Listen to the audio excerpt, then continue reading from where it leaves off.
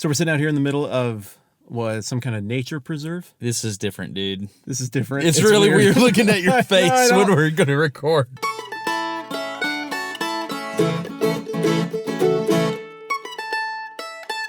I don't find you to be a repulsive gentleman. It just feels so dang weird. Like the longer the eye contact happens, the worse I think it gets. Well, so you're breaking away every 2 seconds. I really am. You can't do it. So when we did the live episode, it was very awkward, and I thought it was because there were people in the room, but I'm learning it's because I'm looking at you. Yep, that's what it is. when I got here, well, I guess I said this, didn't I? When I got here the other day, you met us out in the driveway, and it was kind of like, "Hey, buddy." Yeah. Like it just takes a couple minutes to mentally adjust. It really does. To my phone friend, to being an actual human. Okay. Because you could be a disembodied head that just has phone relationships. I could. That could be a thing. Possible. So here's the deal. We're sitting in the truck on the wildlife reservation here, overlooking the backwaters of the Tennessee River. Which is beautiful. Yeah. And so you know how the river works in Huntsville. So as the Tennessee River comes south, it figures out that it's in Alabama and it turns back to the north. Okay. So that's where we're at. We're at that point of inflection. Like if you were to take the derivative of the function of the Tennessee River, it's where it equals to zero. The math people will understand what I'm talking about. And the me will not. Yeah. So we're going to do this, huh? We're going to have this conversation. People have been asking us to have this conversation.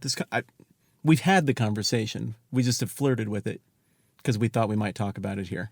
Okay, so I think it makes sense to acknowledge why this is weird, right? Because I'm nervous about alienating people that listen to this podcast. Yeah. Because it's probably no secret what my beliefs are about guns. Right. And I think less of a secret even what your beliefs are about guns than what my beliefs are about guns. But I think people can probably do the math on what I think too. Right. Yeah, no guns ever. Correct. Ever. It would be best.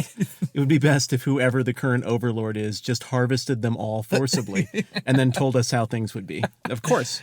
Why even do the episode? I know. Man? We're pretty much done, aren't we? Yeah, I think it's time for some Sonic. Yeah. So, no, that's not what you believe, I don't think. No. So let's just talk about guns. Okay. I think that it would be we'd be remiss if we did not acknowledge both sides of the argument. And agreed. And I think there are valid points on both sides of the argument because recently there was another school shooting. You grew up in Colorado, right? Yep. And that's the one that everybody thinks of, right? Is kind of the... Well, I mean, if people don't know, that was the first major school shooting. Yeah. How many people died? I don't know that was the first major school shooting. It was the first major school shooting in the era of cable news. I remember watching it because I came home from school and I used to watch Wishbone on PBS. It was about literature. It's a little dog. In 1998? Yeah. You watched Wishbone? I sure did. Yeah. How much older than you am I? Because I feel like I was 40 when that happened. No, I was in high school. Just watched Wishbone in high school? I did, yeah. That's cool. I'm not judging you. Totally did. My eyes tell a different story, but my voice says I'm not judging you. No, I'm okay with you judging me. But I remember watching, the kids running out of the school, and really? I was thinking, man, that's a big deal. Yeah. And so things kind of changed that day, I think. And so now, no joke, I used to shoot squirrels on this refuge when it was squirrel hunting season. And so, I had a gun at that time. Like I would wake up, get the .22 rifle, go squirrel hunting. I enunciated hunting for you, but thank you for that. In my natural environment, I feel like I should say hunting, squirrel hunting. Sure. Yeah. Okay. And then, after school, every once in a while, we would go planking. Cans. Sometimes cans. Bottles. Things like that. Yeah. Okay. Sure. Yeah. And so guns were a part of your entire summer. Yes, they were. In fact, not a joke. So this water that we're looking at here, this was later when I was married, obviously, and had my first child. I decided I was going to take her out in the kayak. And at that time, the gun laws were such that in a federal area like this is a federal wildlife refuge we're sitting on. Okay. It was the only quiet place we could have.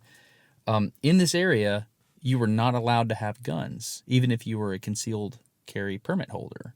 Really? Yeah. In the state of Alabama, the way the law read is the way the federal law read is whatever the state's law in a state park, that's what applied to the federal park. And at that time, the law said that you could not have a weapon in a state park. Alabama law said that? It did. So I was in a kayak. I had my 3-year-old daughter. And where I pointed out earlier, remember I said there's alligators in the water right there? Mm-hmm. The reason I know that is because I was in a kayak about 4 inches off the water, and an alligator came off the bank. It's probably about a 5-footer, not huge. Came off the bank, went into the water towards us. And I may or may not have been comforted by something that was on my hip at the time. Sure. Alligator spray. Yes, exactly. Yep. Legal everywhere except Canada. It's right. You have to register your bear spray in Canada. So I went back and I looked up my state representative. This actually happened. Mm-hmm. I looked up my state representative and I said, hey, here's the deal. I am trusted by the government to operate certain type of devices, weapons and stuff in certain situations. Here I was on federal land, and this animal could take my daughter. Like, not an exaggeration. It could legit take her. If it wanted to come up in that kayak, there's not a whole lot I could have done, but put a couple of rounds through it, right? So I said, what can we do to change the law so that it's legal for a law-abiding citizen to have a gun with them at this location? You get it changed? I did. Really? How long did it take? It took a year. The way it worked... It's pretty efficient for government. It was fantastic. And the way it went down is my state representative, not congressman, but my state representative, who I now know, he decided, he said, look, here's how this works. Right now, the Republicans control the House at the state level. In Alabama? Yes. I know that's hard to believe. But he said there's enough of the Democratic populace at the time to, or whatever the word is, help me with words. You're the I don't know guy. what you mean. There's. I'm tracking. Yeah, there were enough people that would never go through. So he said, "This is what I'm going to do. I'm going to contact the guy that's over state parks, and I'm just going to have him issue an executive order within his power. He has the ability to say whether or not people can have guns on, at the state parks level. Something to do with internal lands or something like that. I forget what it was. So what was the rationale for not having guns in state parks? I have no idea. I don't either. I have no idea. But what I do know is I got a phone call about 8 months later, and he said, "Hey, Destin, this is your representative." It was a voicemail. I remember it was on a Motorola flip phone. I listened to the voicemail because I saved it for a year because I thought it was amazing. He said, "I just want you to know that I think we've made some headway, and we're going to go ahead and get that changed for you." Nobody knew about this. Like, he just said, "My constituent wanted this, so I'm going to do it, and I'm just going to let him know." And then he snail mailed me what the old law was and what the new law was, and he highlighted the portion that was changed. I made one phone call, not a joke. I made one phone call and got a gun law changed in the state of Alabama. Now, what do you think the odds would be of that happening today? Oh, I bet nobody cared when that happened. I bet there was no blowback. I bet nobody even noticed. They didn't. And just gradually it was implemented, and probably the people who enforced that were like, "Oh, really? Whatever. Oh, okay, cool." Because I'm out here in this wildlife refuge, and if you told me that right over there by those trees, somebody's property started, I guess I'd believe you. Right. Like, this is not some hyper-developed, family-friendly. We're talking about like wood chips and swings and play areas. Like, it's just wilderness. Right. And I'll tell you what lives in wilderness is, well, the animals. And also, maybe occasionally, somebody you don't want to run into in the wilderness. Because wilderness is kind of scary, and that's the fun of it. We like things to still be wild. Obviously, the gun conversation is different in Wyoming. Regularly, routinely, People get just eaten by things where I live. We make fun of it a lot, but you know that I do drag around bear spray everywhere. You do, and it's very cute. It's adorable. It is cute. What I really like is when you're talking about, like, you got into some kind of precarious situation. You're like, yeah, I just started thumbing the safety on my bear spray a little bit. And I'm like, oh, I do this little mental head pat. Yes, like, oh, it's so cute. That's You're sweet. going to pepper yourself Okay. in the face to Okay. stop from getting hurt. Stop. That's cute. Okay, first of all, I know the incident you're referring to because we were on the phone. True. And I was in Branson, Missouri the night that we recorded the last podcast. And I went to Taco Bell as we were kind of debriefing after we got done recording. And a couple of sketchy types came up. They're like, hey, my buddy just got arrested for meth and he was our ride. Can you give us a ride? It was like 1 a.m. I remember the conversation because I remember thinking, Matt? Could you hear it through the truck audio? I heard everything. And I was like, look, Matt, you can leave. It's okay. You're not morally You're not morally obligated to help these people because they're about to murder you. They were thinking about it, but it's okay because I was thumbing the safety on my bear spray the whole time. That's adorable. Seriously, it would have ruined their night if I'd hosed them with bear spray. It would have ruined yours too. It would have because- absolutely wrecked my night. Like, that stuff is a very reciprocal effect. Have you it's good ever 'cause been hit with it? It's a deterrent. I've been in proximity of pepper spray. I have not been hit with full-fledged grizzly bear spray. It's basically how do you say it? Capsaicin, the oil and pepper, right? It sticks. No. I mean that's what does it, right? Isn't that the? I think it's actual pepper. Oh, is it? Like, yeah. I think it's just concentrated. Yeah. So it has, from what I understand, it has what would you call the thing? The projectorant, The propellant. propellant. Thank you. Right. Usually isobutane or something like that? Sure, that's what I was thinking. Some kind of isoflectinator, some kind of shooty spray. Yeah. Goop. And so they have expiration dates on them because that stuff apparently goes bad. But my understanding is that the pepper never goes bad. So if you keep it too long and it loses the potency, I guess you just want to get a lot closer to the bear and just pour the contents into its eyes. Yeah. No, from what I understand, it's very effective for. Do you own a gun? Not right now, but I have, and I will again as soon as I'm home. Really? Yeah. We rented out our house. I didn't want to leave a gun in the house Yeah, that's smart. for our renters. Speaking of guns, There's somebody driving up behind us. should we eyeball them? Well, they won't be able to see us, I don't think. So we're going to sneak in down here. I wonder if kind of the way it works here is this is our spot because we were parked here first. We were parked here first. I'm hoping they drive away. Oh, Are they're they? stopping. Seriously? Come on. Oh, keep no, going. don't make a move. Was that a move? I don't think that was a move. You went for the door. I thought you were going to I open didn't the go door. for the door. I'm not going to go out and yell at them. They think we're just teenagers making out. So they think that's exactly what they think. Just let them think as long as they can go away. I don't care what they think. I would bet their first guess was that we're two fathers of children and heads of households having an important discussion about gun control. in I the woods. bet that's the first thing they thought. Probably that. Or teenagers making out. All of that to say, I always carry the bear spray when we go up in the woods. But the one time that I did not keep the bear spray on me while I was out, I had my son, he was 4. I took him for like 30 minutes of fly fishing late one night, right before sundown, probably 2 miles from my house. I just figured it's close enough to town. Who cares? I'm not all the way up in the hills.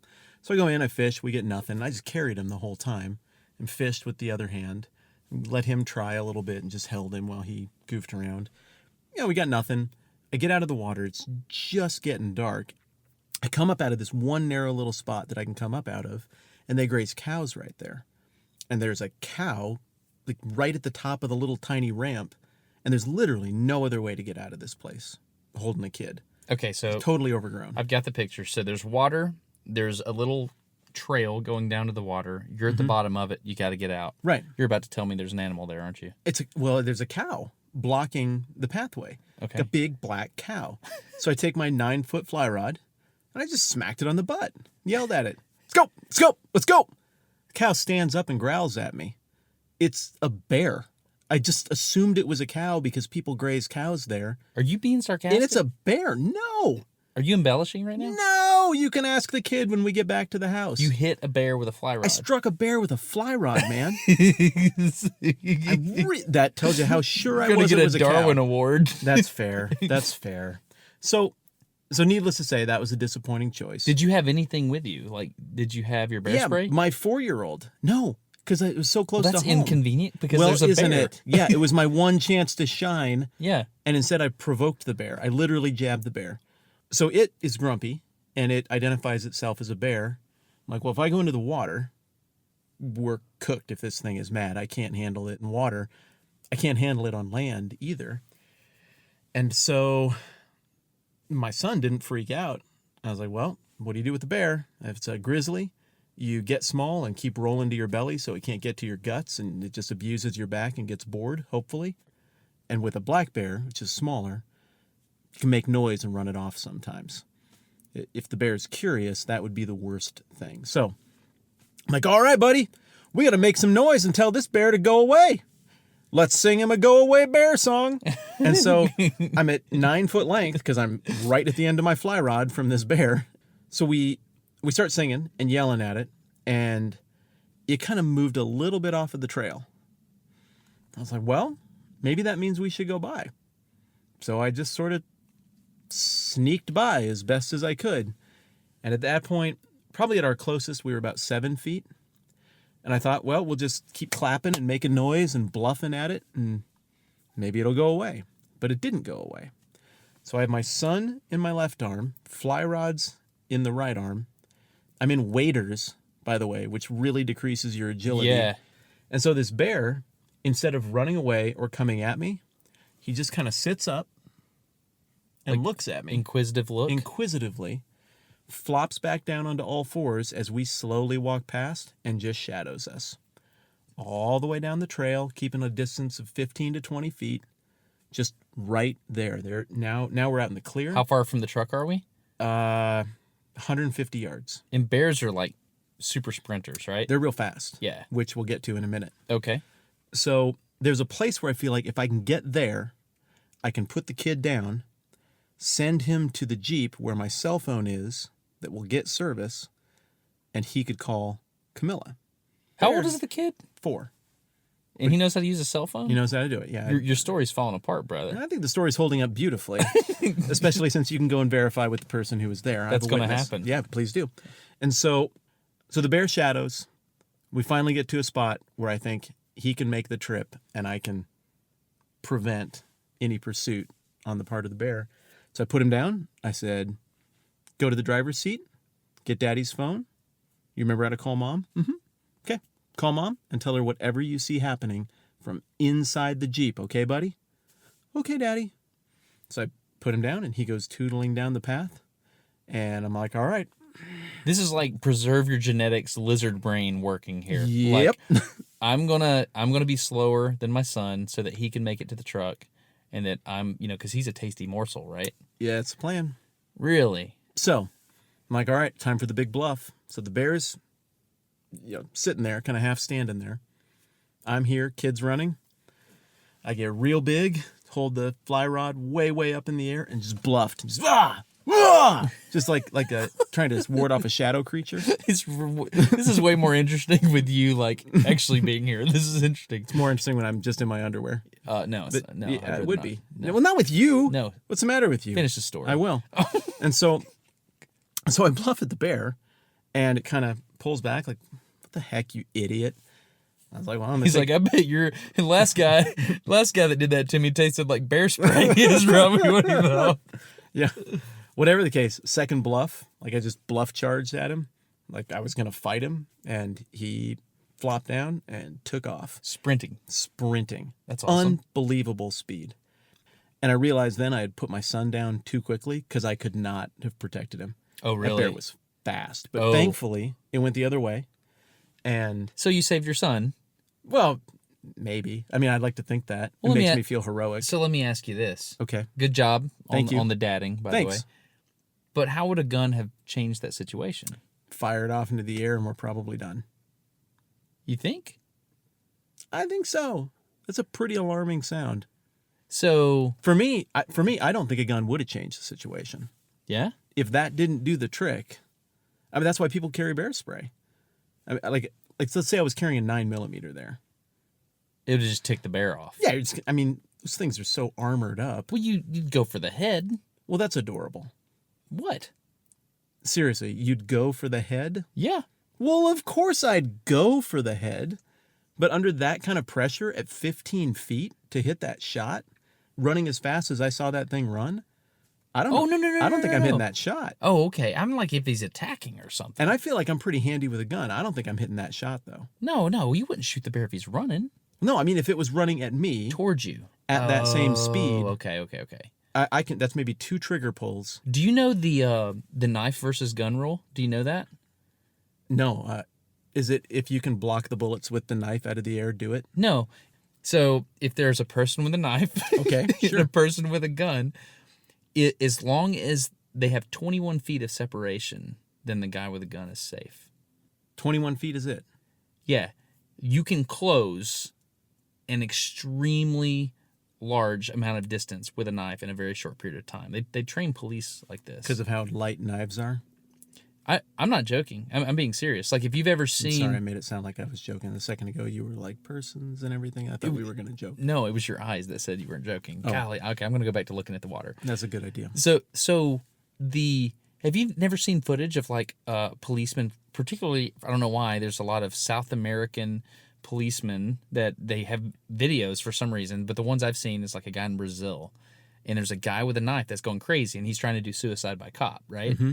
And they will just close the gap in an incredible amount of time. Knife guy will. A person that does not care about their own life will close that gap just in a ridiculous amount of time. It's insane. Well, how long does it take to run 21 feet?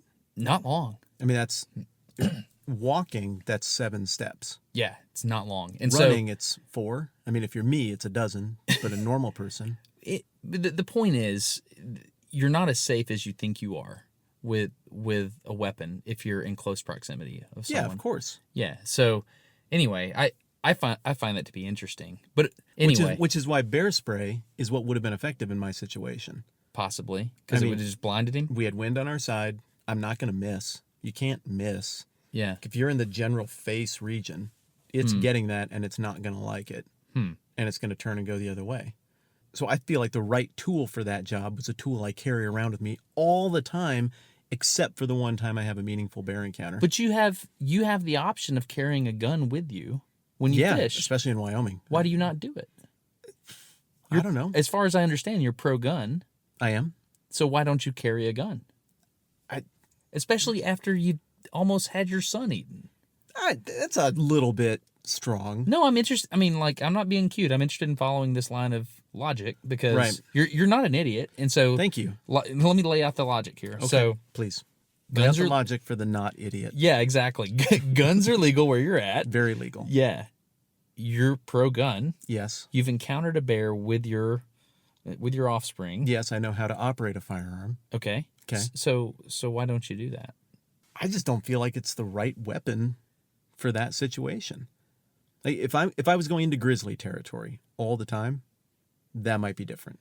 So when I fish alone or with my children, I carry a .38 special with six rounds in the cylinder, and the way I do it, it's a .38 special plus P, and so the first 2 rounds are loaded with what I call snake shot, little shot shells, to kill a snake. Okay. Because we have copperheads and stuff like that here. Okay. The second 2 rounds I put just normal ball ammo, and then the last 2 I reserve for plus P hollow points.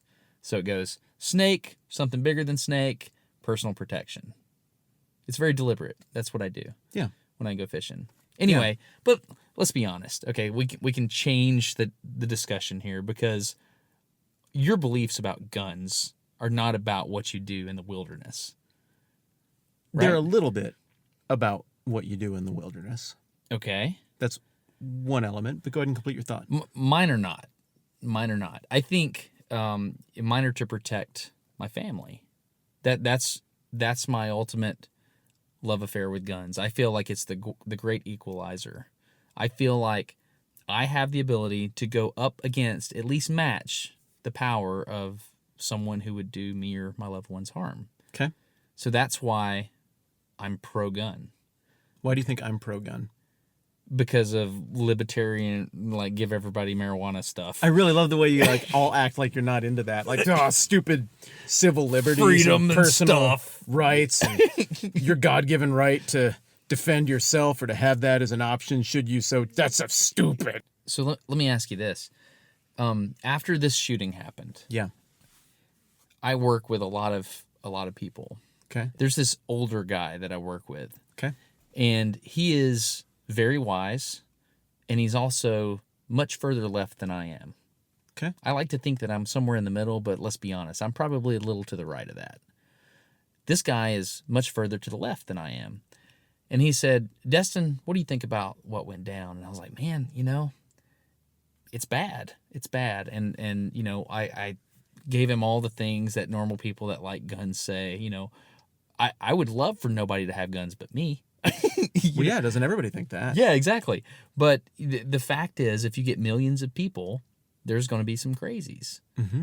Real people that want to do real harm to people that shouldn't be harmed. Mm-hmm. And guns make it easier for people to do that would be the argument that you would hear, right? And that's a very valid argument. Yes, it is. Yeah. So my friend, this older guy, said, think about it, Destin. If we've got pocket knife to nuclear bomb, if that's the spectrum of weaponry, right to bear arms, does Destin Sandlin need a nuclear weapon? No. Okay. You see where I'm going. Yeah, but but let's talk about that. With a pocket knife, though, if there's someone inflicting harm and you retaliate with that pocket knife, you can retaliate against only the person who needs to be retaliated against. Okay. If you try to retaliate with the nuclear bomb, that's an imprecise weapon of mass destruction. It's designed to do indiscriminate damage. Therefore, it doesn't have a defense quotient. It's an offense quotient only weapon. So it's not the same thing as a firearm. It's an entirely different category. Oh, okay, so you're saying killing machine. Nuclear bombs off the table.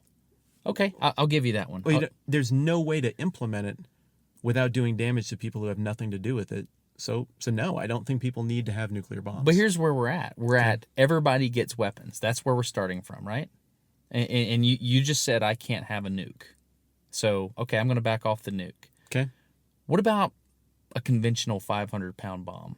I mean, I'll just keep it in my truck. Not a big deal. Well, but, that's cool. You only keep it in your truck. Well, it's like the Samson thing, right? Like if people come to my house, I'll just blow my whole place up. I'll just take the whole building with me. That way I can protect myself. Yeah, sure, I'll do damage to myself, but I'll just protect myself, right? So I can have a 500-pound bomb? If I don't know about it, and I guess it's just in your house, and all it blows up is your house, no, it's the same reason booby traps are illegal. And booby traps are an indiscriminate killing weapon. You see what I'm doing here? No, I do, and it's ineffective. Why? Because we're talking about something that can be aimed at someone versus something that takes out an area. Those are fundamentally different. What the heck happened at Mandalay Bay in Las Vegas? That was aimed at someone. No, it took out an area. That is a tactic. It did not take out an area, or all of those people would be dead. Whitman, are you going to sit here and argue this position? This is called area suppressive fire. That was an area he was firing. What I'm going to sit here and argue about is that it's perfectly reasonable and consistent for someone who thinks guns should be legal to think nukes shouldn't. Okay. That's completely consistent. So the question is, where is the line? Yeah, and I would say the line is, if employing a weapon is by definition indiscriminate, then that weapon probably isn't something that needs to be owned in the private sector, and maybe isn't such a good idea for governments to have either, though maybe it's a necessary evil. I understand what you're saying. Okay. And I disagree coming from a very educated position. So you think more people should have nukes? My point is, your definition is awry. You're saying if it can be used indiscriminately, then it shouldn't be allowed. No, not if it can be used indiscriminately. So if clarify it's definitionally indiscriminate. So what would a targeted nuclear strike that is meant to defend your home look like? A Davy Crockett. There was a weapon designed in the 60s called the Davy Crockett. It was a crew-served, nuclear-launched, low-yield weapon designed to fly 100 yards and detonate an area the size of about a kilometer. Okay, so that's still a kilometer. You can't account for a kilometer. What is the blast radius of a 9mm round? Approximately 9 millimeters? I'm getting frustrated with you. Cool, then it's working. Because, for example, look across the water. Okay. Do you see that bright beech tree over there? Yes. Okay. A mortar, an 81mm mortar, a 60mm mortar. All right. You know what a mortar is. Yes. Indirect fire designed to suppress an area. Yes. Okay. Great idea in war. Your definition right now of a weapon that's across the line is something that can indiscriminately be used to suppress an area. No, you keep changing my definition. Okay, so just clearly, very concisely, articulate your position. What I am suggesting is that a mortar or a nuke or a 500-pound explosive cannot be aimed at a single individual. It has a blast radius. A bullet does not have a blast radius and can be targeted at a specific individual in a given situation. You're wrong. I personally have hit a 4-foot by 4-foot area with an 81mm mortar. And it did no damage to anything further out than that 4-foot by 4-foot area. You're absolutely right. Okay, well then that would be a little bit of a different deal. So everyone should have mortars. Cool. I'll concede that point. Okay, cool. So mortars are cool. No, Why are they not cool? because you're like one of the foremost specialists in how to shoot things and blow things up in the world. Okay, well, let me go here with you. Okay. Last weekend, a video that's going to come out on Smarter Every Day Okay. soon, within the next couple of months, Okay. a mortar shooting competition in Tennessee that I attended with individuals who are historians. What kind of mortars were they shooting? They were shooting Civil War mortars. Black powder, Civil War, honest to God, mortars that could impact a specific... It was a competition to see who could hit what. These people owned all kinds of cannons, which I filmed in slow motions, which is awesome, by the way. You showed me a little bit of the footage. It's awesome. It's awesome. But we had mortars. I didn't tell you that. I wasn't withholding that. Okay. What kind, did the mortars explode on impact, or are they lead or like metal? Are they iron balls? Aluminum and magnesium alloy typically is what they were shooting. No, not magnesium. I know they were some type of aluminum. Did they explode alloy. with a bunch of shrapnel and stuff? We fired grape shot. No, it didn't explode with a paper timing fuse. We didn't have that kind of ammunition. By the way, one of the first things we did a long time ago at work is the Army Corps of Engineers had brought up cannonballs from the U.S.S. Cairo, the ironclad ship that sunk in Vicksburg. Really? Yeah, they took cannonballs from the bottom of the Mississippi River. Okay. And archaeologists can go out into the woods, just like where we're at right now, and they can use metal detectors, and they can find cannonball fragments. And they can match it to the Cairo? They can calculate how high off the ground the cannonball was when it exploded from the spatial fragment distribution math that they did years later. That's cool stuff, is it not? That's cool stuff. That's a good merging of science. That's cool and stuff. history. Yes, it is. So anyway, my point is, I can argue based on like math, like hard numbers. You're saying, oh well, indiscriminate. We shouldn't have. I didn't mortars. use that voice. Whatever. You know what I'm trying to say. There is a line. I will agree. Where's your line? I will agree with you that I should not have a nuke. Okay. I will agree with you that I should not have what's called a primary high explosive. Okay. I probably shouldn't even have a secondary high explosive. But a tertiary, no sweat. Well, I mean, anyway, long story short, I think there is a clear line, and that's the problem people have. They don't know where to define it. And a lot of the problem is, like, for example, making the stocks illegal, not a bump stock, but it's got a pistol grip on the stock. That means nothing for how the weapon operates. So what you have right now is people who are uneducated on weaponry making laws about weaponry. Did you see the CNN piece that's floating around the internet? With the chainsaw on the front of the AR-15? No, I haven't seen that.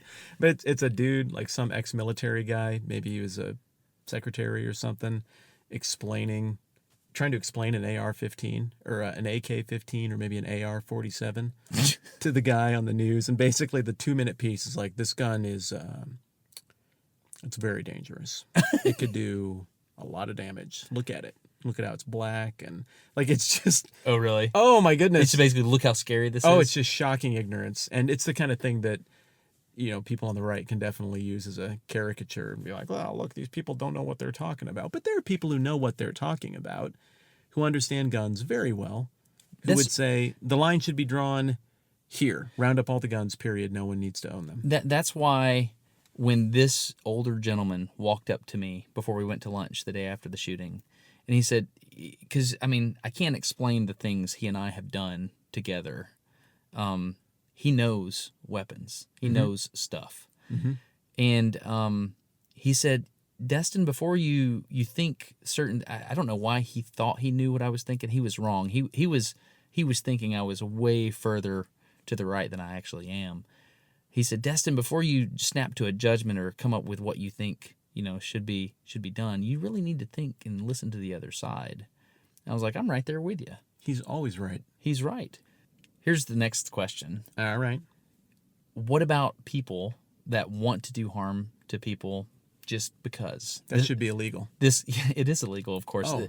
This kid in Florida who decided he was going to kill people, he did it. Yeah, screw that guy, by the way. Yeah, of course. Yeah, so, and to be clear, you are against the death penalty for that young man. I am against the death penalty for that young man. And so you think he should what? You think he should be able to... He should live in the most miserable, isolated prison conditions imaginable until he is 102 years old, and think about what he's done. Sounds like cruel and unusual punishment. No, it does not. Why? What are we obligated to provide that man? Food, shelter. Done. If he has cancer, we should treat the cancer. Yeah. Maybe. Remember we were talking about the last stuff? I mean, yeah, but I never assented to that. Maybe. Well, yeah, so I mean, there's a line there too, and whatever. We're on guns. Tough. And last time we talked, I told you that these are not good decisions to make when I feel passionate. And I feel passionate anger and hostility toward that kid. Yeah, I do too. So I'm not in my right mind about it. And I feel like it's righteous anger. If it's not, what is? Yeah. So can if we put a poll out, could this be like the one thing that we could just go 100% that guy is bad and shouldn't have done that? Like, surely we can all just agree to be angry that crap went down. You know who I feel, I mean, obviously the victims and their families, there are no words, right? But I've been around that. You have been around that? Yeah, I've been around some pretty tragic stuff. And I can tell from your eyes we're not going to talk about it because it's a little personal. One of the advantages of recording in person. Yeah. Okay, we won't talk about it. Out of all the survivors of that tragedy, the people that I perhaps feel the worst for, or I don't know if that's... You're not judging the amount of, how you feel for something. Long story short. Whatever, yeah. I feel bad for the foster parents that took him in. Because as I read about that, his mother died recently, and they took him in because they wanted to try to help him. And tried. And they tried. Yeah. And I feel really bad for those people. Like my heart hurts. Yeah. So, because they tried more than anybody in the world to stop something like that coming from that individual. No matter what is said from anybody, they tried. I didn't. You know what I mean? Yeah. So anyway. Golly, that got weird. Okay, so how'd that get weird? That's not weird. I don't know. I started you feeling. Just do that at the end of things. I started feeling things. I don't know. All right, if you want to stop feeling things. Okay, so guns. There's a line. Can we agree there's a line somewhere? Yeah, Okay. I think people are trying to draw it in the wrong place. Okay. And I don't think that's malicious on their part. Okay. I don't think someone who thinks differently than me about this is bad, is evil, wants the government to control all the people. I don't think someone who thinks differently than me about this is some kind of communist or Marxist. I think someone who thinks differently than me about this is 99 times out of 100 going to be somebody who is mad and doesn't know what to do with it, kind of like I don't know what to do with it. And they want something to blame. They want there to just be a thing that we can do because you want to do something and you can't do anything. It's even worse when the person who does the murdering commits suicide. Like, at least I can cathartically imagine what it would be like to deck that kid a couple dozen times in the mouth. I'm not going to do that. I don't actually, part of me wants to do it. I don't actually want to be given permission to do that. But you can picture vengeance at least a little bit because you're so angry about it. But But that human impulse is what leads us to weird knee-jerk reactions that usually is not our finest hours in terms of legislative decision-making. I mean, the Patriot Act was born out of passion we felt after 9/11. We're still paying for that. Yeah, we are still paying for that. The guy who wrote it thinks it was a stupid act. Who wrote it? I don't know, some guy who wrote it and now thinks it's a stupid act because I vaguely remember having read that somewhere once. Maybe don't quote me on that It's one. complete fact. Yeah, that's internet fact. It's different, man. Yeah. I get the impulse. I agree with the impulse. Make it better. If you step back, though, and look at how things are going, it is getting better. A lot better. By every measurement, gun violence is down, has been cut in half since I was in high school in the 90s. In half. Gun ownership has doubled during the same time by conservative estimates. Those two numbers are moving in opposite directions. What's going on? It's not, I mean, you can't make the argument, well, that proves that gun control measures are working. What? There are more guns. There are more guns, and this is happening less. So some of those numbers that, if we don't look a little deeper at them, are pretty shocking and can really rightly upset us, aren't indicative of the trend. And the trend is we're actually getting way less violent toward each other. So what you're saying is, if you normalize the data for population, the trend is down. You don't even normalize it for population. The trend is down by any measurement. Oh, really? Just even the raw numbers are down. Raw numbers are even down. We just are less violent toward each other now than we used to be, by a lot. And we have more means to carry out violence, i.e. gun ownership, than we did 30 years ago. So the counter argument to that would be, oh, okay, well, how not violent is not violent enough? I think we should be even more not violent. I think that's a great counter argument. And my response to that would be, I'm with you. What can we do that we've been doing that has set us on this trend that we could do more of to go further down this road? Okay, so this is what I propose. Okay. I propose we take a break because I want to drink of that tea right there. All right, sure. And then we come back and then we game through a lot of the solutions that have been proposed. I love it. Sure.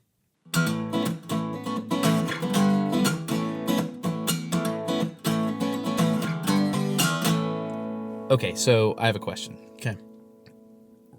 All these young people that were in the, I don't even want to say that, they're individuals. These individuals that were in the school, right, as the gunman opened fire. Right. It seems to me that two things are happening, and I feel scared to even say this because in this day and age, I'm not allowed to think what I'm about to tell you. I'm thinking. All the more reason I want to hear it. I feel like, obviously, they feel strongly about this because their life was in peril, right? Mm-hmm. They feel strong things. I feel like they're being manipulated by the media. I feel like they're being manipulated by everyone. I do too, and it scares their parents. Me. Yes. Political parties. It's like, hey, it's a joke. This is I wouldn't say it's a joke. It's not. It's never a joke to be shot at and want to talk about that. Well, of course, that part's not a joke. But the gamesmanship being carried out by people who weren't there is the joke. Did you see what they did to Rubio, who was he's a senator, right, in Florida? Mm-hmm. Did you see what they did to him? No. They CNN did this big thing where they created like this town hall kind of thing. Oh, yes. Did you see that? Yes, I did. And I was like, I cannot believe you agreed to do this because they're about to serve you up and toast you. Yep. And I mean, you could see it coming a mile away.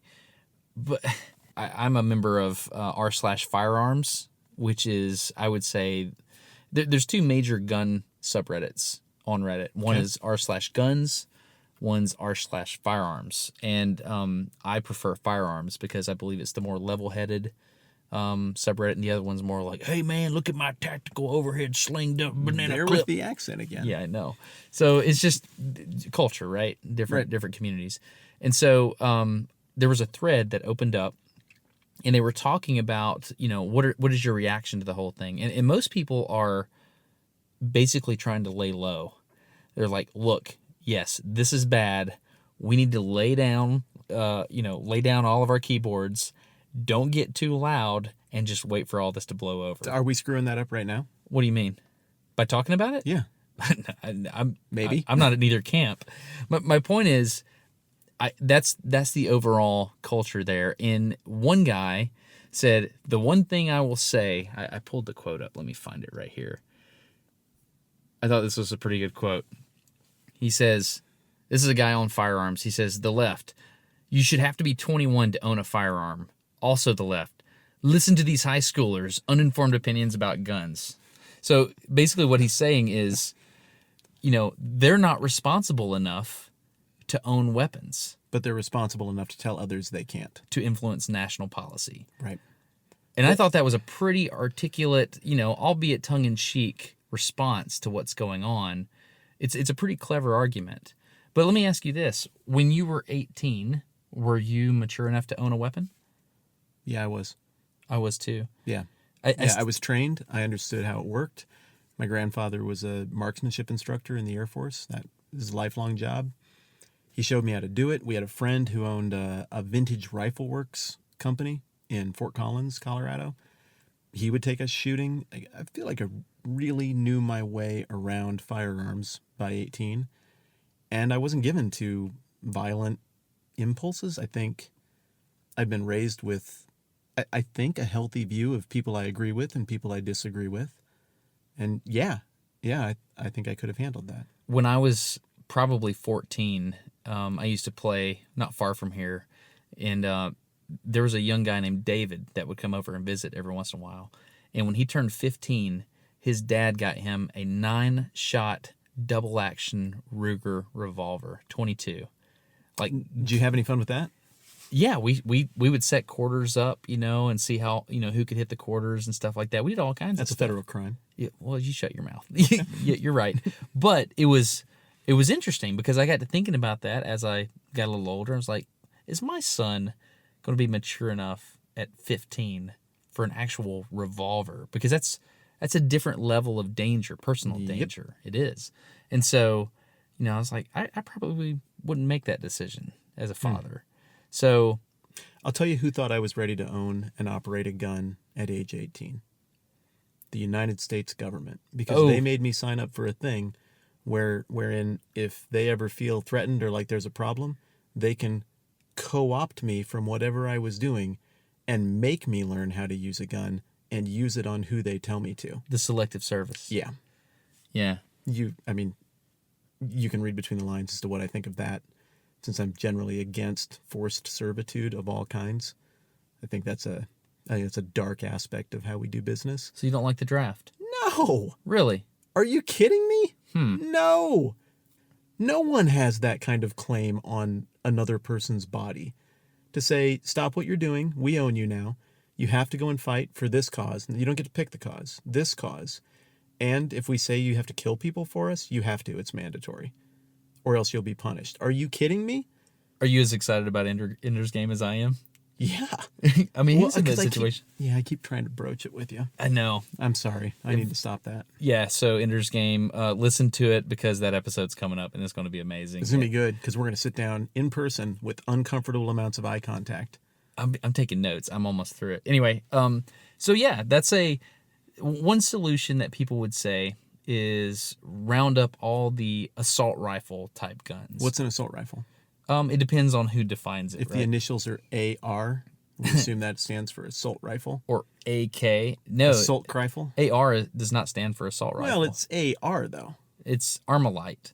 I think it's assault rifle, and it's 15 times more powerful than a small gun. No, there's actually... That's what I learned from CNN. So the guy that came up with the M16, his name was... last name was Stoner. And so there's actually a really interesting historical way that we got to how the AR-15 works. It's fascinating. There's a thing you can read called the Stoner Chronicles. Long story short, I know a lot of people aren't interested in this, but the cartridge that we fire out of the AR-15 is not optimized for that platform. What's it optimized for? Well, it was originally optimized for the platform, but the geometry and the inertial system and everything changed on the inside.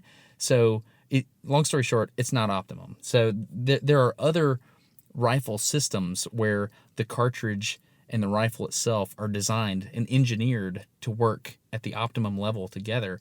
But the AR is not like that. The AR, we came up with a bullet for one platform, and then we redesigned the platform, and then we went back and we kind of shaved some stuff off to kind of make it work. But it's not ideal. Anyway. I had no idea. Have you ever shot a little training AR that spits out 22s? No, I haven't. Oh my goodness. Is it fun? Oh, it's fun. Yeah, I know. My buddy's got this little gulch out on his property with a bunch of training plink targets all set up behind boxes and crates. My goodness, it's so little, it's so light. It's a blast. And it just ding, ding, ding, ding. You don't miss. So one thing I do is I have a lot of friends that have very different beliefs than my own. They're anti-gun, and they say, hey, you know what? I want to learn.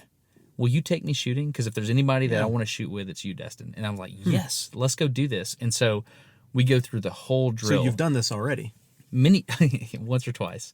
Oh, but, no, seriously, I didn't know. So this is like a routine thing for you. You take new shooters out shooting. Yes, exactly. And so we... What do they make of it?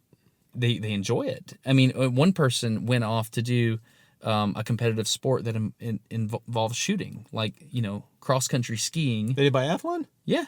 And so they had never shot before, and then they came out and I trained them how to use it in a respectable way. And I mean, I don't play around. Like I don't like to be around a lot of people that shoot, because the level of safety that I adhere to is usually much higher than most people. Yeah, and you do see the idiot stuff. Yeah. On a side note, how crazy is it that sport is called biathlon? What do you mean? Like, if there was a sport called biathlon and you'd never heard of it, and it was like, oh, that must be two things.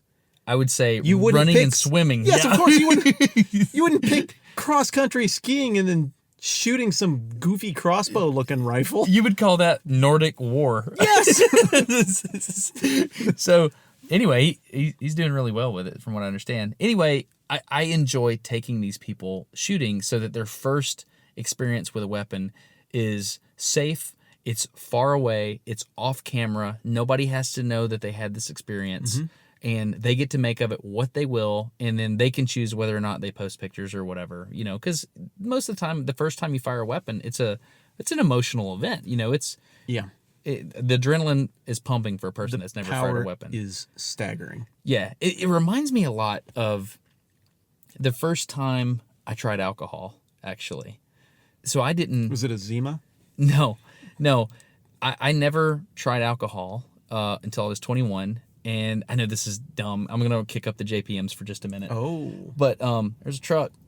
So and they are not stopping to murder us. Oh, that's excellent. That's good because the sun went down. So I was kind of on my high horse growing up, and I never tried alcohol. Oh, alcohol was your "I'm better than you" thing? I think it was, if I'm honest. Really? And mine was my beautiful flowing locks of hair. Really? No. But the joke would be on me if that were it. So the deal was, I rationalized it in my head. I was like, look, alcohol is obviously cool with Jesus because he turned water into wine at the wedding. John and not only was it, wine, it was good wine. Like, Jesus knew how to party, right? Yeah, not lazy wine.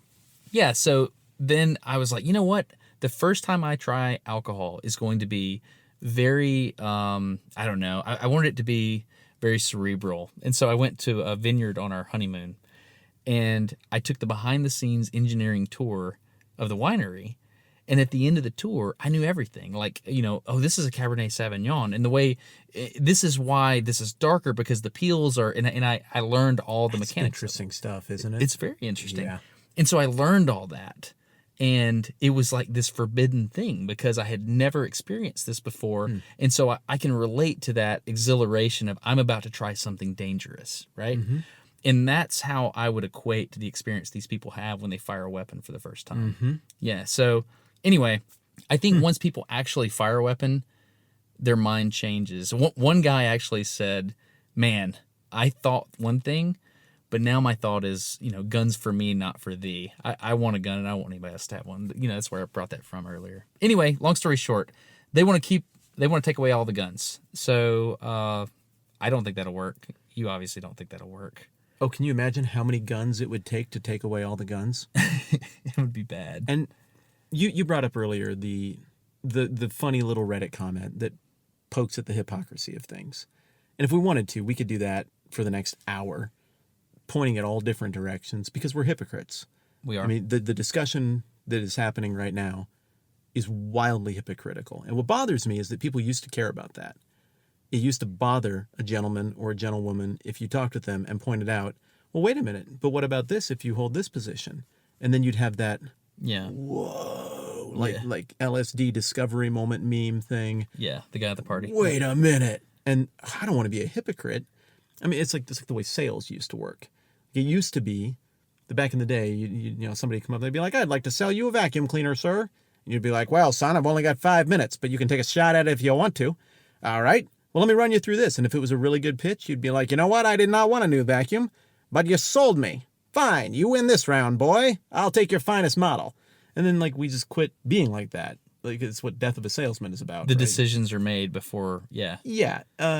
No, you don't sales pitch any ideas to me. I don't want your dumb ideas. And I don't care if my position is hypocritical. I care about winning. So we think that we're going to zing each other from one side to the other with these little hypocrisy points, but it's not about that. It's about winning, unfortunately, for the people who are the decision makers and the idea vendors. I'd like to think that still most people at their really honest level, if they disengage from the idea makers and the cable news and all of that, care about being consistent and would like to be consistent. But there are plenty of these points. Well, I guess I made one. Like, okay, you don't want kids to have guns, but unless I work for the military and you co-opted me to make me have guns. Well, that doesn't work. And then there's the we don't, people on the left are rightly, this is a place where as a libertarian, wow, do I agree with them. They're rightly concerned about incidents of violence that seem unwarranted between the authorities and particularly people of color. I'm with you. We should not be so quick on triggers. There's some of those incidents you look at, and I get why it had to happen. I saw one where a guy was shot in the back. Ridiculous. I mean, that's murder. Ridiculous. The one where Eric Garner got choked to death for selling loose cigarettes, unarmed. I can't breathe. Hands in the air, walking away. 6 dudes. Yeah. How is that not murder? Yeah. That's just murder. And I so appreciate policemen and what they do. But my friends on the left are the ones who are most like, hey, the authorities can't be trusted with guns. Like, they're out there, they're killing young men left and right, and don't trust the cops. Well, who's going to get all the guns if you want to do a gun roundup? Yeah. It'll be the cops. People on the left, obviously not big fans of the president. My gripes with the president are very well documented. Was not enthusiastic about this from the beginning. I'm rooting for him just like I rooted for the last guy, just like I rooted for the guy before that, but I'm not a Trump fan. That said, people on the left would go a lot further than that. Like, this guy, I hear literally Hitler all the time. Well, so you want someone you view as literally Hitler to collect all the guns and consolidate all the power? What you're saying is, this gets back to your theory about nail saw gun bat. Nail saw gun bat! Yeah, so if you create this weapon Yes. to enforce your ideas, it's cool until someone else who has different ideas from you has that same weapon. Yes. And so you're saying that it's cool to consolidate power to the government by taking away everybody's guns until that moment when the ideas change and they're no longer cool. Everybody loved Bush pushing the limits of executive power on the right until Obama got that same power and then pushed the executive power even further. And everybody on the left was crazy about executive orders under Obama, but now executive orders are bad again under Trump, and now the right likes executive orders again. Yeah, it's weird, isn't it? It's so inconsistent. Well, okay. Maybe executive orders just aren't the best way to govern. So let me ask you this. So I get it. Rounding up the guns is bad because it consolidates power over people, and as long as you align with those, I get that. And if your goal is to get rid of guns, it requires more guns. So 2 other things I'm interested to hear your opinion on. All right. The first thing, the ability to print guns. 3D printing guns are a thing. Yeah.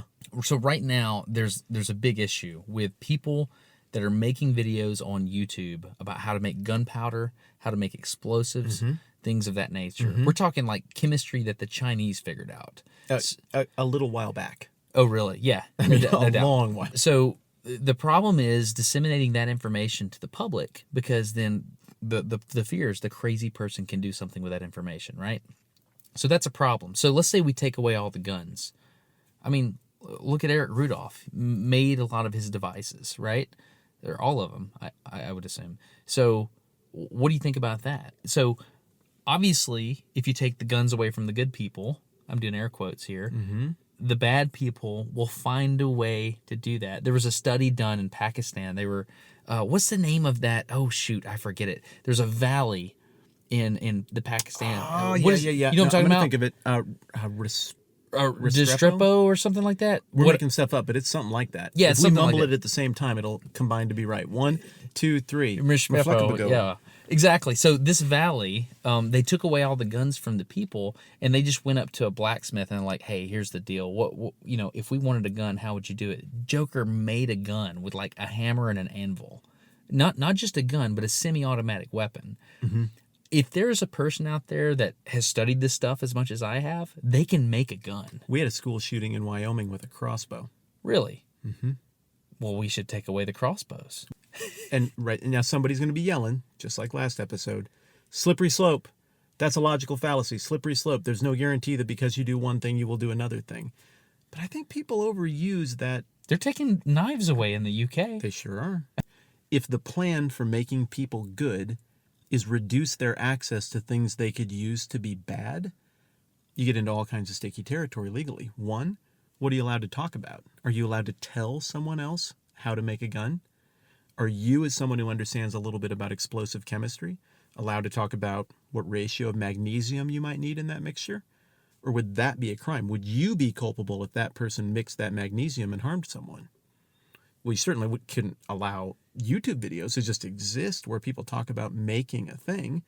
That kind of innovation is too dangerous. Well, who will police the videos to make sure none of those videos exist? Well, then the government will have to examine your speech to make sure that your speech is appropriate and approved. Very problematic. I feel like technology is a Pandora's box at this point. It's been a Pandora's box for a long time, man. The second thing, what would you be willing to concede? Like, people want action right now. We have a status quo. We have a way things are. This is my example. I bought, not an exaggeration, I found a thing in the classifieds, called the phone number, met a guy in a parking lot, bought an AK-47, $300, a Wendy's parking lot. Don't even know the guy's name. Is that cool? Yes. Okay. Yeah. Yeah? Yeah, you need to be able to do private business apart from the supervision of the state. And people who think it's not cool, like, do you want the government to supervise every transaction you do? Well, yeah, this gets into cryptocurrency, right? It gets into everything. That's why people think the conversation is as simple as this device can hurt other people, just make the device go away. And I'm sympathetic to that because they're right. That device can hurt people. The problem is the world is broken. And it's our hearts. That's the problem. Yeah, and there are people who are going to be screaming at their phone right now over that remark because folks hate that response to the gun issue, that people are broken. But let me tell you what I'm hearing from people way right of me. Like, I swim in these waters, right? Yep. I know a lot of church people. Almost everyone I know at church is much more conservative than I am. They are very skeptical of my weird other position that I'm always insisting on taking. My church is a pretty open-minded place, but I swim in these Christian conservative red state waters, right? Here is my summary of what I'm getting from them. We've been saying forever that these things that you all on the left want to do will destroy society. They will undermine values and morality. They'll turn us crazy. Society will unravel if we do these things and embrace these policies that you want to embrace. Then you go ahead and do it anyway. Things go to crazyville and we start doing damage to each other. And then you want to come back and punish us by taking away our guns that we've never done anything wrong with because you went and did the stuff you wanted to do and it had exactly the effect on society we told you it would have. I'm not saying I think that. I'm saying that is the perspective I'm hearing from them. It feels like we don't want the world to be this way. They're saying like we wanted prayer in schools. I'm against prayer in schools. I think that's a terrible idea. You don't want the government writing prayers for your students. These folks, who I disagree with but respect, are saying we want God in schools and we want prayer in schools and we have this vision for America that has morality and decency and blah, blah, blah, blah, blah, whether they're right or wrong, their perspective is you're punishing us for your mistakes when we've never broken any laws. And that's part of why you're getting so much staunch, stubborn resistance that might seem irrational to somebody on the left who doesn't understand that other end of the spectrum. But I'm telling you, that is part of the formula right there. Well, so I have a lot of friends on the other side of the spectrum, and their argument is very clear and it makes sense. Like, how on earth are we supposed to keep crazy people from getting guns and doing damage? I mean, one of my friends, somebody broke into his house and tried to murder him. Yeah, that's problematic, isn't it? It is. And so, and that particular friend is anti-gun. And Still? I support his decision, you know? And so it's interesting to me that we can have such a great chasm between both sides, and we all agree that we want something done. Well, maybe not. You got a weird look in your eye. I would be willing to concede. What? That it's not okay for me to just go buy a 50 cal on the street. I'll concede that. It's not a good idea for anybody to have one, because I know legit crazy people. So any transfer of ownership from one person or another to another should be registered with the government? No. Well, then, so what you're calling for is a gun registry. Oh, so we're doing the thing where we flip around. No, not calling for a gun registry. How would it be something other? Explain it to me. I'm open-minded on this. Just explain it. Yeah, I would love... Okay, for example, felons can't own weapons. Right. Can't Good own rule. You think it's a good rule? Sure. Okay, yeah, that kind of thing. I don't necessarily want all my weapons registered, which is interesting because I'm having to build a weapon for an upcoming Smarter Every Day, and I'm having to go through the proper channels and get the paperwork with the ATF and get a registration number and all that good stuff. But I'm a good guy, right? I'm going to do those steps. The bad guy's not going to do those steps. No, of course not. So let me quickly clarify one thing I just said. Sure. It's a good rule for certain types of felonies. There are a bunch of things that are felonies that I don't think should be. Okay. So I think that's nonsense. Okay. Just that caveat added. Yeah, got it. Long story short, the left would say we need a law to fix that. The right would say we need to enforce the laws we have. And we may be at an unfixable step here. Impasse. Yeah. Yeah. I mean, I don't know that there is a good solution. Which law is going to be the one that fixes it? Which law?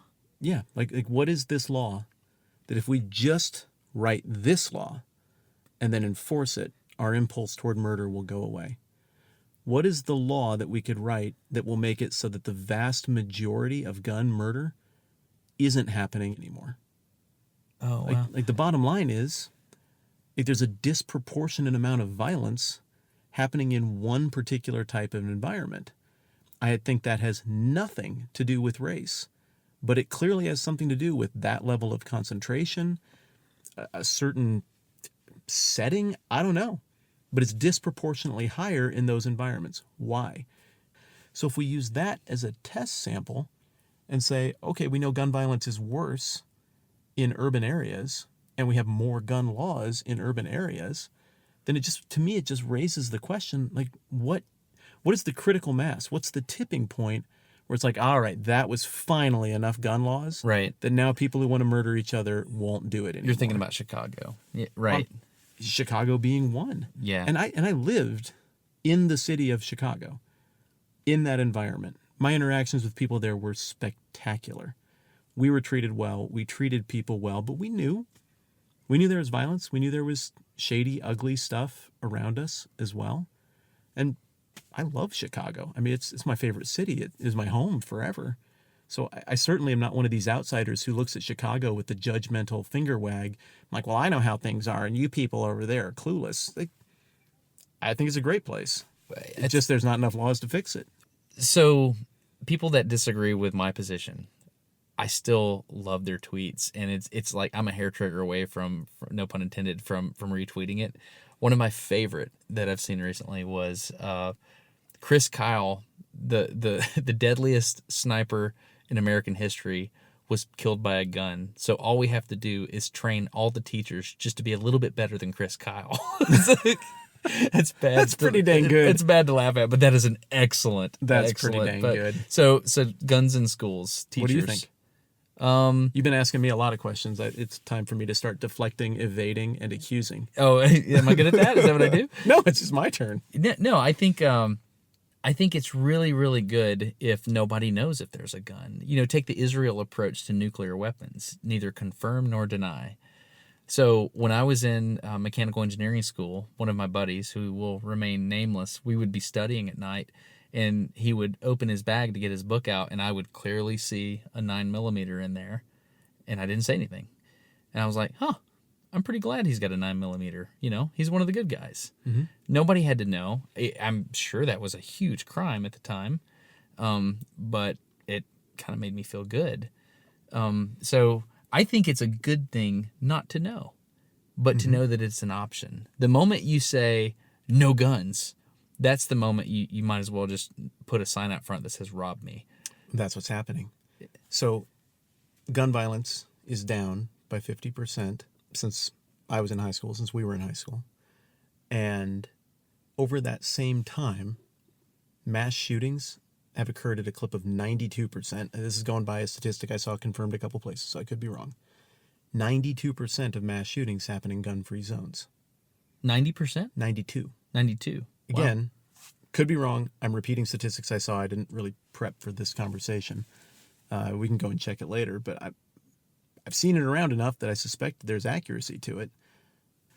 If you want to do as much damage as you can to flip over the tables because you're losing at the game of life and you just want to wreck people, you're going to do it. You're going to do it with a car driving through. I mean, that's another thing. So tactics are changing. In the UK, they're starting to see, I sound like I'm arguing against the left, and I'm not. I'm just saying I'm arguing against the evil heart.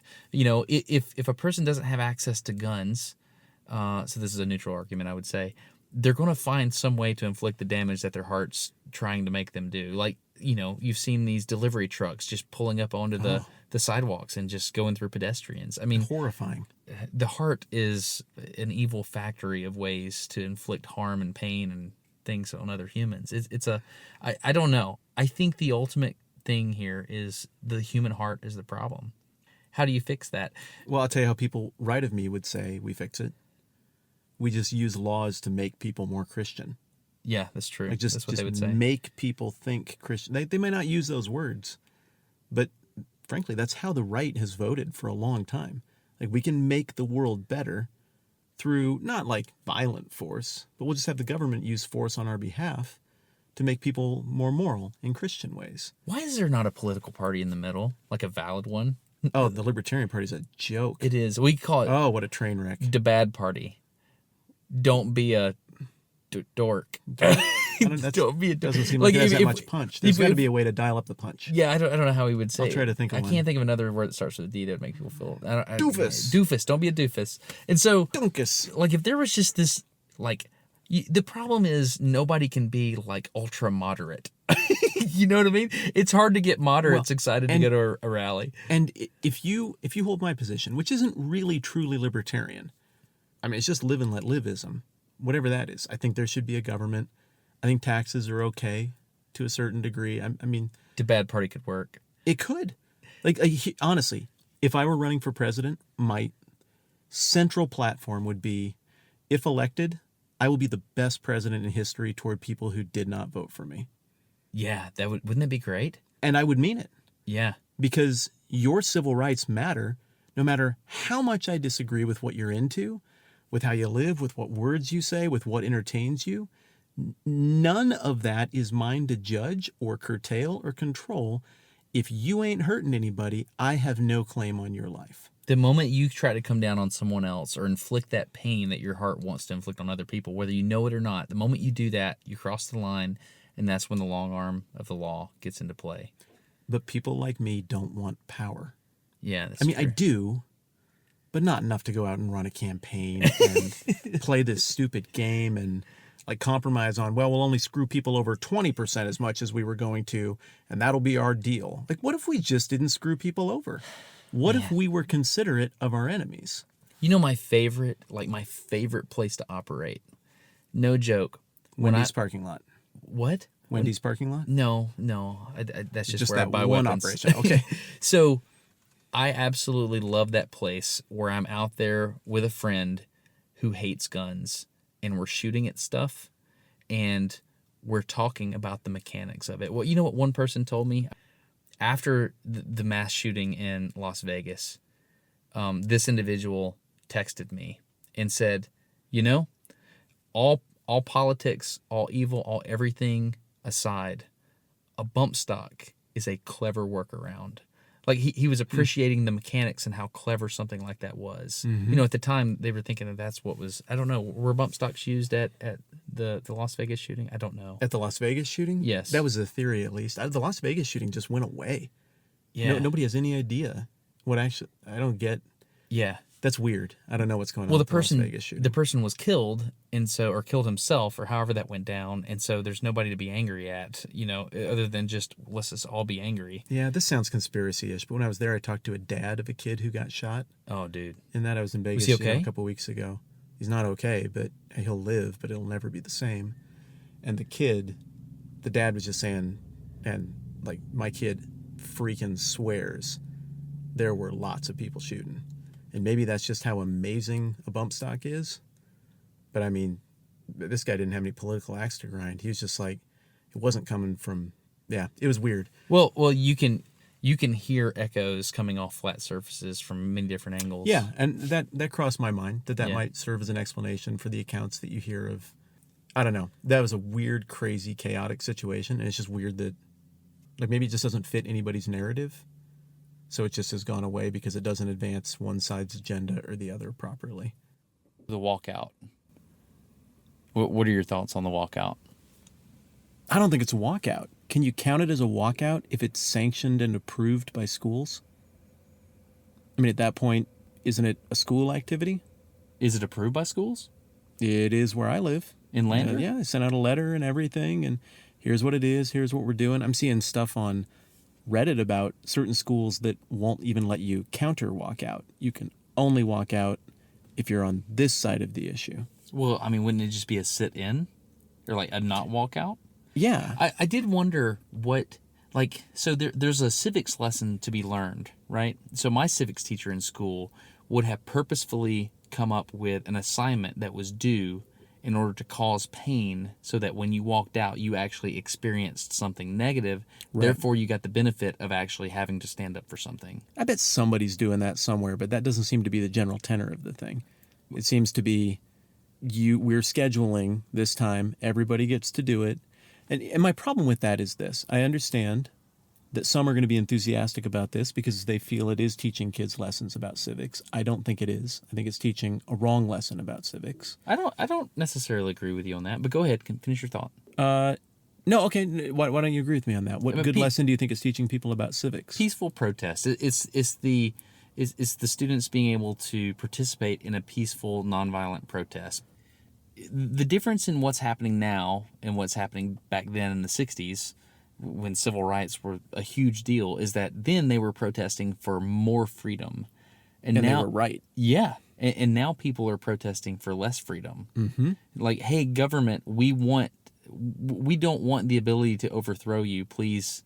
I don't know. This kind of sounds like a cynical argument, but, you know, logistically, if you lay it out, logistically is not the word. You know what I'm trying to say. This is not like the anti-Vietnam protests of the 60s, when it cost students something to walk out and to say, I stand in opposition to the most powerful government in the world. You are using our resources and abusing us to go and do violence we don't want you to do. Now, you may think the Vietnam War was a great idea. You may think it was a bad idea. But that was the message and the risk that was being taken by those who walked out. Now, the government is sanctioning a walkout to petition the government for less freedom from that government. That's weird to me. That's weird to me. This is not the same thing. And anybody who wants to imagine that we're rekindling the feisty spirit of the 60s, that libertine, rebellious, stick-it-to-the-man spirit is kidding themselves. You're going and petitioning an authority figure for less freedom from that authority figure. Man, that's weird to think about. It's weird. And I'm not just agreeing with you, but I mean, it's just logically that's the way it's going down. We want you to take, like, every other revolution or whatever you call it in history is like, hey, government, there needs to be less of you. Stuff it. And then we're saying, we need more government. That's strange. Mm-hmm. It feels a little we're not close enough to 1984. And it's not surprising at all that the government would be like, what? Do you need time off for that? What do you need? What do you need to do? Like, of course, any institution that is offered more power wants more power. It doesn't even necessarily make the government evil or bad. It makes it human. Like, it's just common sense. Sure, we'll take more power. Great. Do you need a little time off to get us more power? Take it. I'm not prepared to go this far with you. I don't really? What was the off-ramp? Because I feel like you were just with me. Well, yeah, I don't like all the teachers I know. I think they're most interested in educating the students. I don't think teachers are the ones making that decision. What do you mean? Hey, how many bad humans do you know who are teachers? Yeah, that's where I'm at. I can't think of any. Okay. Like, I don't know, teachers are laying down their time and their energy and probably forfeiting a better salary they could get somewhere else. The government's making it easier for the students to walk out, and I don't necessarily agree with that. Well, okay, when is the last time, say, an organization from the hard right organized a school walkout and then went to the school systems and were like, hey, we're going to have a walkout for a right-wing cause?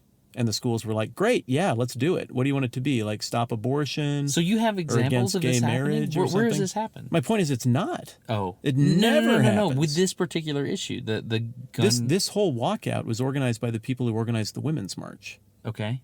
No, there's a force behind this whole activity. And what I'm saying is it's weird that the government is sanctioning and siding with a partisan political issue where there's clearly one approved side in the matter. That seems strange to me.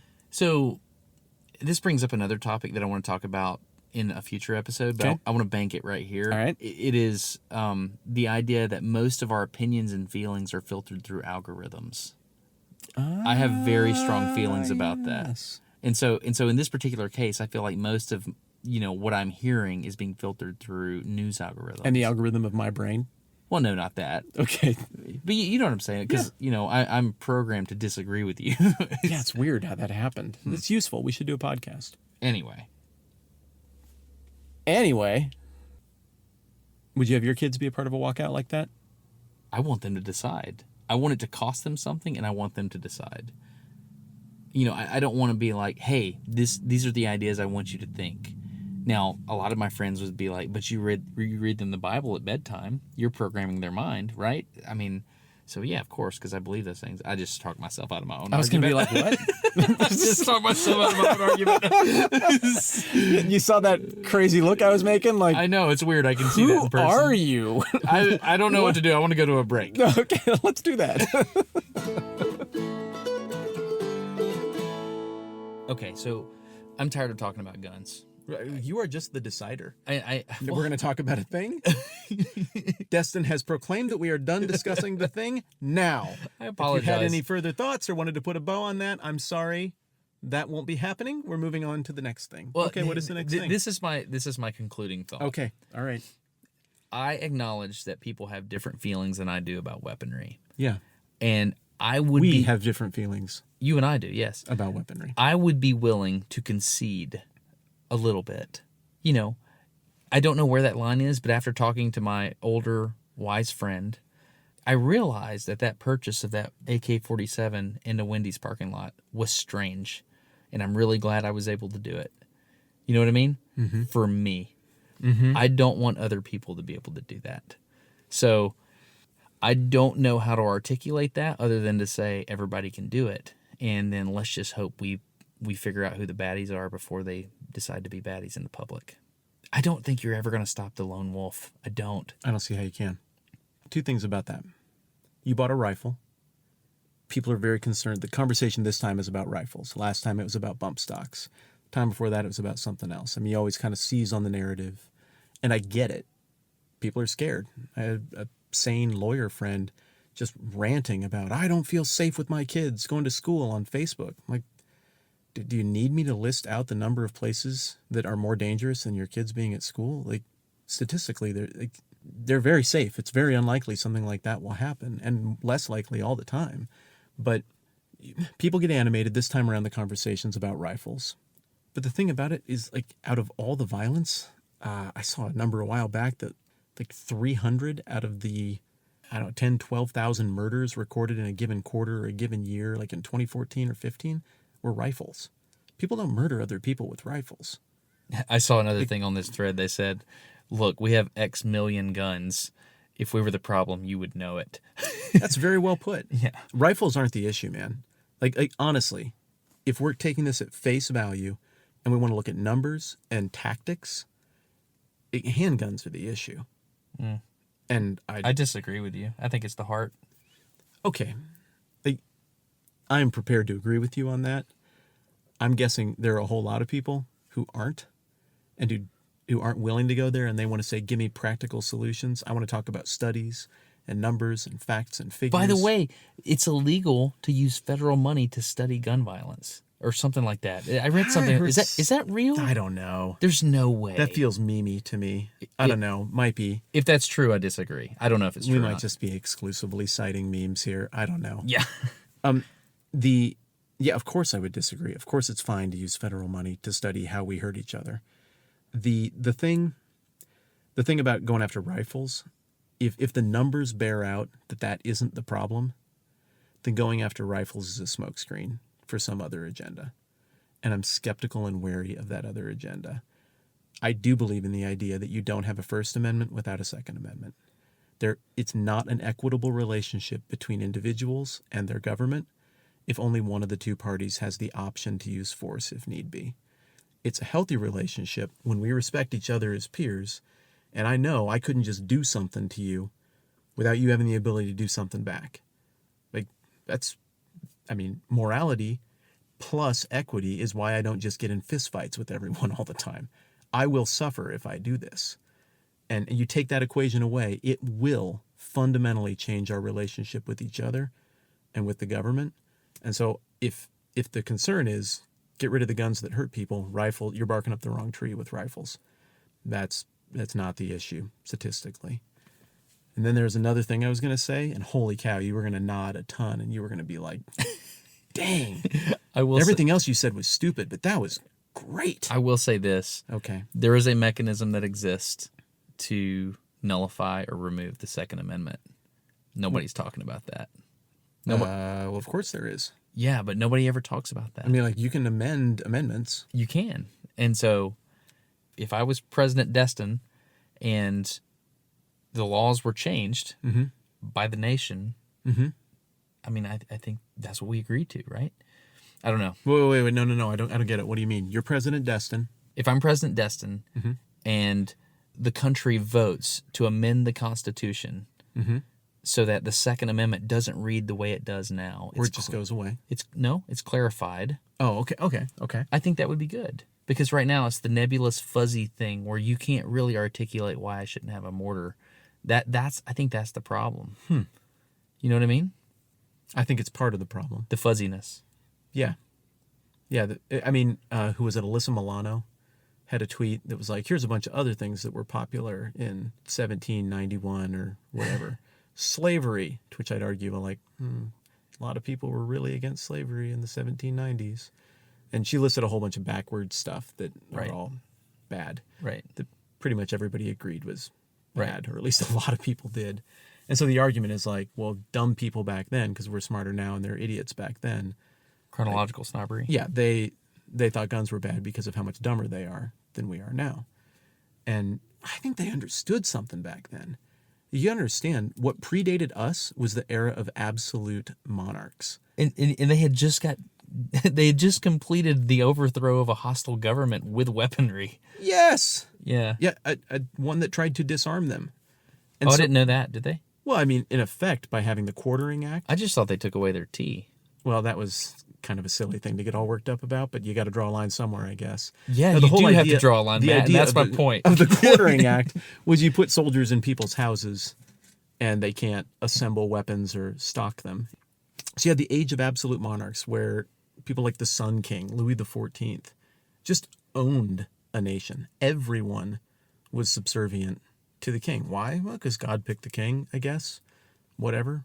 King had complete and total command of the military. It was just an insane moment. And at the same time that that's happening, all the thinkers and scholars are saying there's got to be some way to do human freedom that works, where we harness mutual respect for each other and we consent to be governed instead of being subjugated in order to be governed. We volunteer to lay down a percentage of our rights to each other because we can effectively be more free if we do that. And so the tone and tenor of the Bill of Rights, which was the sticking point that had to be negotiated to move from the Articles of Confederation, our first Constitution, to the actual Constitution. Madison was the guy who dug in his heels on that. The tone and tenor of that was, this Bill of Rights is what keeps us from slipping right back into what we just shed blood to escape from. It is not hard, with even a cursory understanding of history, to get what they were going for. Now, are we bound by what they were going for? Nope. No, not really. But to claim that somehow the founding fathers were like, oh, hunting is important. I mean, come on. It's not what they meant. It's not hard to know it's not what they meant. I don't want to end this section on a joke that my friends who are on the other side of this debate would feel is derogatory. So I feel like I need to say something nice about people who hate guns. What should I say? I don't think it's that hard to think of something nice to say about people who hate guns at all. They don't like to see people get killed. They're pro-life. Right. Yeah. I'm also pro-life and hate seeing people get killed. We have two different strategies for what the best way is to make it so people don't get killed. I think what we're doing is working. If what we really want is for people to get murdered less, it seems like this is trending in a really good direction. And we need to think about how to do more of whatever it is we've been doing to keep it trending in this direction. The balance, our government doesn't murder people very much. And we cited examples where it's happening, and I think we can do better on that. But I like that there's enough of a tension between us and the government that they don't feel carte blanche to just murder citizens like some other governments do. I mean, that guy who looks like you, Robert Fico in Slovakia, he just got canned. He had to resign because the government supposedly murdered some journalists. Was it the government that did that? I don't know. I think so. Golly. I don't know. I don't keep track of Slovakian politics super closely. I do know that when Czechoslovakia broke up, this was on Reddit the other day. Yeah. One group got the first verse of the anthem and the second. What? Yeah, whatever. I read that. I need to learn that anthem. Long story 50, short, 50. Guns, yes or no? Well, yes, and I'm incredibly sympathetic to what people on the other side are going for. I want the exact same thing. We disagree about how to get it, and that does not make me a villain, and that does not make them a villain. I want to have more level-headed, cool conversations with smart, intelligent people who disagree with me. That's what I want. I just wrote an article about that. Did you really? Mm-hmm. This was the magazine thing you're doing. Yeah, I wrote it for the Christian Post. Really? They haven't actually told me whether they're going to publish it or not yet. They solicited the article. What was it on? I wrote on why we're worse at disagreeing with each other now than we used to be. Oh, they've got to publish that. We'll find out, won't we? Yeah. What did you use examples? Yeah, I got a bunch of examples. You want to talk about it in the next episode? Sure. Okay, let's do that. Let's do it. Okay. Just want to say thanks to the patrons who support at patreon.com/nodumbquestions. It's a really big deal. You're making this thing viable, and I really appreciate it. I know you do too. Well, very much so. Yeah. The fact that I'm able to sabbaticize here and do a few episodes in person, I mean, that's because of the patrons. That's pretty cool. The rhythm's different, isn't it? It's so different. Yeah. I'm getting nonverbal cues from you about when I'm being an idiot now, whereas normally you just let me go. I feel like I'm in a constant state of being an idiot, so it's it's easy. Thank you very much. We really appreciate it. Everybody that supports on Patreon. No kidding. Appreciate it. Okay, well, that was a lively discussion that I'm glad we solved all the gun problems. Yeah, it should be completely fine now. I like that we had this conversation in person. Yeah, it was pretty good. Trippy trying to read your body language It instead really of just is. guessing what your silence or mouth noises mean. And then there are a lot of mouth noises. I apologize for all that. right, that's okay. But it's interesting to try to see what you're thinking and then articulate it, because I know that people can't hear what you're looking like. You know what I mean? So Can't hear. Okay, yeah. yeah, it's pretty interesting to try to wrap all my brain around that. It was fun. Okay, so Ready Player One. That's what we've got next. That and Ender's Game, right? Yeah, so we have 2 media episodes coming up pretty quick here Okay. because we're like, 2 weeks away from the Ready Player One movie? Yeah, I think March so. 30th? Yep. Okay, so we're doing that. I got a movie pass, man. I can go for free. Nice. I got one of the cards, unlimited free movies. Well, they might have it on IMAX here at the U.S. Space and Rocket Center. Okay, I'm not getting into that for free, but we should. Yeah. We should IMAX if it's pony up. IMAX. Yes, Yeah.